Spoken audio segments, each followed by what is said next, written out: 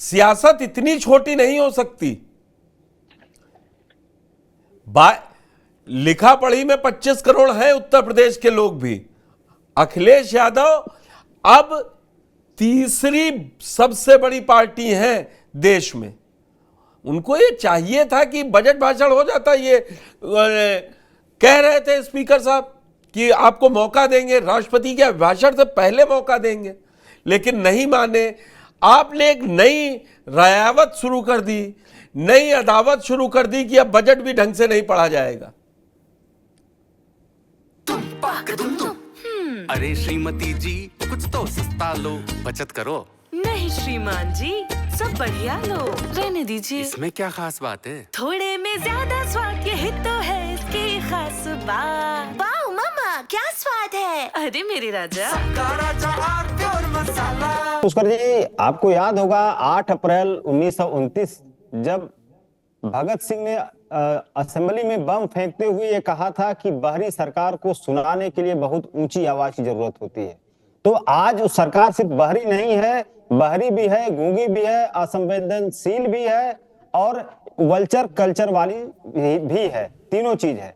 तो ऐसी सरकार को सुनाने के लिए ऊंची से ऊंची मेगाहर्ट्ज या डेसिबल की साउंड की जरूरत होती है, जिस साउंड के बाद भी ये बाहरी सरकार आज तक ये नहीं बताई कि मृतकों के आंकड़े कितने हैं और उससे रियल में आंकड़े कितने हैं। छुपाने वाले नहीं, जो सूची हम लोग लगातार मांग कर रहे हैं कि ये सूची जारी कर दिया जाए। जब इतनी बड़ी काउंटिंग सरकार कर लेती है, करोड़ों श्रद्धालुओं की सब कुछ कर लेती है, तो मृतकों के, हमारे श्रद्धालुओं की जो मौत हुई है, इनकी वजह से योगी सरकार की दुर्व्यवस्थाओं की भेंट जो चढ़े हैं, उनकी मौत की सूची क्यों नहीं जारी की जा रही है। ऐसी असंवेदनशील सरकार को, ऐसी बाहरी सरकार को सुनाने के लिए पार्लियामेंट में भगत सिंह टाइप की आवाज की जरूरत है। पुष्कर जी, आज समय वो आ गया है। आज वो सरकार कहती है हम हिंदुओं के सबसे बड़े हितैषी हैं, लेकिन आप देखिए कि अगर हिंदुओं का सबसे बड़ा अगर कोई खतरा है हिंदुओं के लिए तो भारतीय जनता पार्टी है। योगी सरकार में देखिए किस तरह से दंगे कराए जा रहे हैं। आप विपक्ष में जब थे तो हम लोग सत्ता पक्ष में थे, आप दंगे कराते थे, लेकिन जब आप सत्ता में रह के बहराइच संभल टाइप के दंगे करवा रहे हैं, आपकी सियासत ही गिद्धों की सियासत है पुष्कर जी। जैसे गिद्ध जो है लाशों पे राजनीति खाते पीते रहते हैं, उसी तरह से सरकार भी है। इसकी जो डोज है वो लाशों का डोज है। कहने में बहुत बुरा लग रहा है मुझे भी, लेकिन वल्चर कल्चर वाली सरकार है। आप देखिए, न सिर्फ एक सिलसिलेवार आप इंस्पेक्टर सुबोध कांत सिंह से लेकर के आर्यन मिश्रा, रामगोपाल मिश्रा, चंदन गुप्ता, न जाने कितने ऐसे लोग हैं जो इनके बहकावे में आकर के, इनके उत्तेजना में आकर के अपनी जान गंवा चुके हैं। इनको तो अपनी राजनीति करनी है। तो ऐसी सरकार से अगर ऊंची आवाज में नहीं बात किया जाएगा पुष्कर जी, तो तभी तो आंकड़े नहीं दे रहे हैं। तो वहां पे जो हम लोगों की बात थी, आपकी बात का मैं जवाब प्रमोद जी से लेता हूं। प्रमोद जी, समाजवादी पार्टी ने पूरी लाइन खोल दी है। बोले सियासत नहीं, इस सरकार को घेरना, और उनके मन मस्तिष्क में, जैसा मैंने कहा कि अब उत्तर प्रदेश है, वो जान रहे थे कि अगर यहां से बात उठेगी तो हर जगह चर्चा का विषय बनेगी। आप पर बड़े आरोप लगाए और साथ में ये जब वीवीआईपी पास कैंसिल किए गए थे तो फिर आज इतना बड़ा जमावड़ा खड़ा कर दिया, और 3 तारीख को एक बड़ा शाही स्नान है।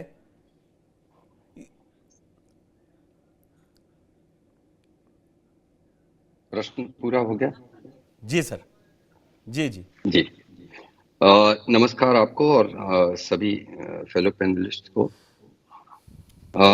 अशोक यादव जी जो बोल रहे थे, वल्चर कल्चर, गिद्ध की तरह खुद लगे हुए हैं कि कोई मौका मिले।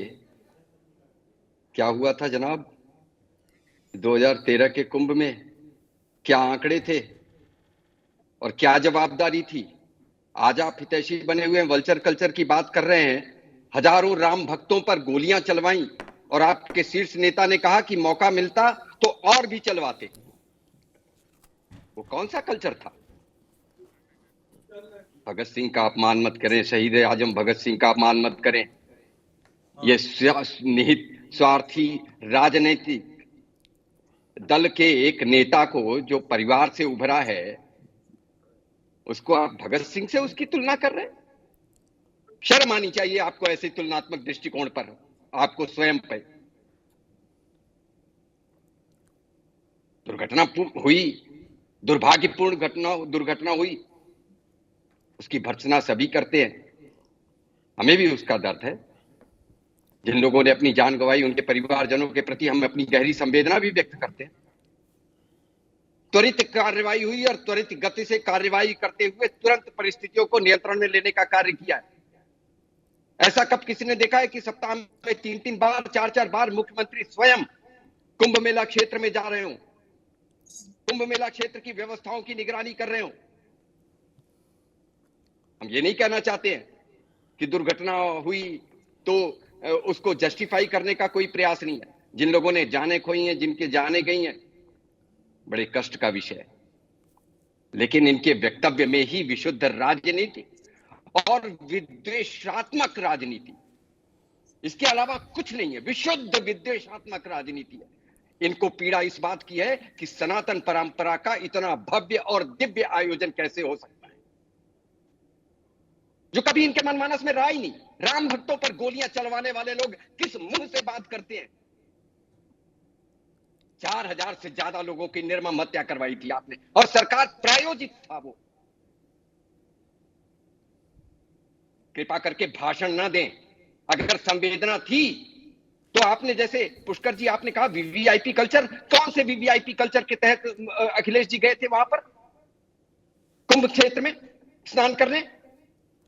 क्यों लेके गए थे प्रोटोकॉल लेकर के? इतना बड़ा भारी भरकम फोटो खिंचवा रहे थे वहां पर, छीन लीजिए जाकर के। पुष्कर चौहान ने थोड़ी ना कहा कि आप अखिलेश यादव को वीवीआईपी कल्चर दीजिए। आपने वीवीआईपी कल्चर, मैंने, आपने सवाल नहीं लिया मेरा। आप प्रमोद जी सुनिए, आपने सवाल नहीं लिया मेरा। मैंने कहा था जब 29 तारीख की शाम को सारे वीवीआईपी पास 4 फरवरी तक कैंसिल कर दिए गए थे, तो अब क्या आप अखिलेश यादव क्या सबका कैंसिल कर दीजिए? आप सरकार है वहां पर आधिकारिक। पुष्कर जी मेरा निवेदन सुनिए, आपकी बात का जवाब आपको नहीं, आपकी बात के, आपके प्रश्न के माध्यम से प्रहार अशोक जी पर था। अरे तो मुझको क्यों आप, मैं अशोक जी सामने है, मतलब समाजवादी पार्टी, प्रमोद जी, और आपने बड़ी बड़ी बातें की। सुनिए मेरी बात, आपने बड़ी बड़ी बातें की ना, सनातन पे ही आज फांस लिया। रुकिए मैं बताऊं, आज सनातन पे ही अखिलेश यादव ने, उन 37 सांसदों ने नारा यही लगाया, हिंदू विरोधी सरकार है, हिंदुओं का दंगे में मरवाती है ये सरकार। उन्होंने कुछ भी आज नहीं छोड़ा। वो उस पिच पे खेलने गए जिस पिच पे इसी का जवाब बीजेपी का स्ट्राइक रेट 100 रहता था। उसके बावजूद सदन के अंदर और सदन के बाहर अखिलेश खेलने वहीं गए कि आज बात वालों ने, पुष्कर जी सुन लीजिए, नंबर बता दीजिए, छोड़िए नंबर बता दीजिए। आज तक त्वरित कार्रवाई हुई तो नंबर बता दीजिए और लिस्ट जारी कर दीजिए कि 2 लोग लापता हैं और 33 लोगों की मौत हो गई है। ये नंबर कब देंगे? ये नंबर कब देंगे? ये नंबर दिया क्यों नहीं किया? कल मैं 30 ही लोग मरे हैं। अच्छा, आपके अनुसार कितने लोग मरे हैं? मैंने तो तान्या मित्तल का वीडियो चलाकर, सुनिए प्रमोद जी, सुनने की, देखिए बहुत बढ़िया बात योगी आदित्यनाथ जी ने 29 जनवरी को शाम 7:30 बजे की थी कि सवाल उठेंगे, जवाब देने भी पड़ेंगे। आप ये बताइए तान्या मित्तल कौन है? तान्या मित्तल कौन है? यूपी टूरिज्म की प्रमोटर।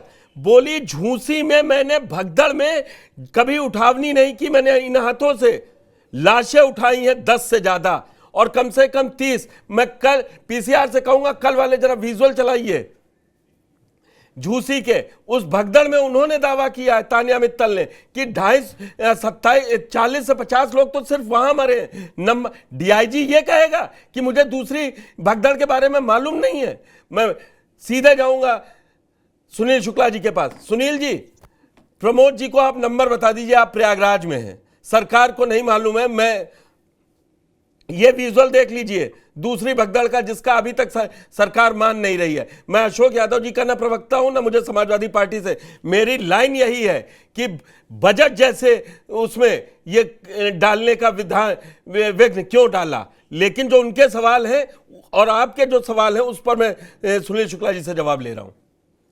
बोलिएगा अभी जब सुनील जी बोल रहे हैं। अच्छा ठीक है। धन्यवाद पुष्कर जी। सवाल यह है कि अगर सनातन की रक्षा का अगर प्रश्न है, तो एक धार्मिक आयोजन में श्रद्धालुओं की जान गंवाने का जो मुद्दा उठाना, वो सनातन के खिलाफ कैसे? और ये कौन सा पवित्र किताब है कि अगर बजट के दौरान कोई भाषण हो रहा है और देश का कोई विषय है तो विपक्षी दल उसको नहीं उठाएगा? क्या पहले नहीं उठे हैं क्या? अगर इस देश में और यह मौका किसने दिया? भारतीय जनता पार्टी की सरकार ने दिया। कितने जो सरकार दूसरी घटना, 2 घटनाएं एक ही दिन होती है, 18 घंटे के बाद पहली घटना का संज्ञान लेती है, 18 घंटे के बाद दूसरी घटना की चर्चा तक नहीं करती, उसके 24 घंटे के बाद भी वहां के डीआईजी महोदय कहते हैं कि मुझे जानकारी नहीं है। आज तक दोनों घटनाओं में हताहत लोगों की संख्या बताने के लिए तैयार नहीं है। शव के साथ, एक हिंदू शव के साथ उसके बिना शिनाख्त हुए उसका पता न चलना, ये सनातन का पालन है। सर्वोच्च न्यायालय भी कहता है इस देश का, जिसको सनातन से और किसी धर्म से कोई लेना लादना नहीं है, वो भी कहता है कि मृत शरीर का भी एक सम्मान होता है। और आप संख्या भी नहीं बताएंगे। और उसके बाद बहुत ही आपके प्रशासनिक अधिकारी कहेंगे तो मुझे पता भी नहीं है। प्रति घंटे शरणार्थियों की संख्या बताने वाली सरकार और व्यवस्था, वहां पर कोई भूकंप तो आया नहीं, कोई बाढ़ तो आई नहीं, किसी ने किसी पे गोली चलाया नहीं, और वो शव कहां चले गए? अगर हैं तो कहां है, और नहीं है तो क्यों नहीं है? उनकी संख्या बता देनी चाहिए। अगर आप जो मंजर वहां पे था, संख्या मैं भी नहीं बता सकता, सरकार के अलावा कोई नहीं बता सकता। मैं जो अगर 10 ट्रैक्टर वहां से जो लोग भगदड़ में छूटे हुए सामान हटाए गए हैं, तो संख्या कितनी हो सकती है? कोई व्यक्ति जो स्वस्थ है, अपना सामान लेके ढो सकता है, जा सकता है, वो अपना सामान छोड़ के क्यों जाएगा? और छोटे मोटे सामान तो छूटे नहीं है वहां। और अगर आपकी नियत साफ थी तो ये कहा जाता है, सामान्य सा नियम है कि क्राइम सीन को डिस्टर्ब नहीं किया जाता। जिस जगह भगदड़ मची, वहां की सामग्री हटाने की इतनी जल्दी क्यों थी? झूसी वाली घटना पे इतनी जल्दी से बिना लोगों की शिनाख्त कराए, उनके सामान पड़े हुए, उसको आपने डंप करा दिया, और आप कहते हैं कि नहीं सनातन का पालन हो रहा है। ठीक है, एक सनातन का आयोजन है वो, लेकिन गैर सनातन का काम विपक्ष ने कहा कर दिया। वह तो केवल ये कह रहे हैं कि कितने लोग हताहत हुए हैं, उनकी संख्या बता दीजिए आप, और संख्या बताने के लिए तैयार नहीं है। राजनीति, अगर विपक्ष आपकी आलोचना नहीं करेगा तो क्या करेगा? और विपक्ष की आलोचना राजनीति कैसे होगी? अरे श्रीमती जी, कुछ तो सस्ता लो, बचत करो। नहीं श्रीमान जी, सब बढ़िया लो, रहने दीजिए। इसमें क्या खास बात है? थोड़े में ज्यादा स्वाद, यही तो है इसकी खास बात। वाह मम्मा, क्या स्वाद है? अरे मेरे राजा, राजा और मसाला।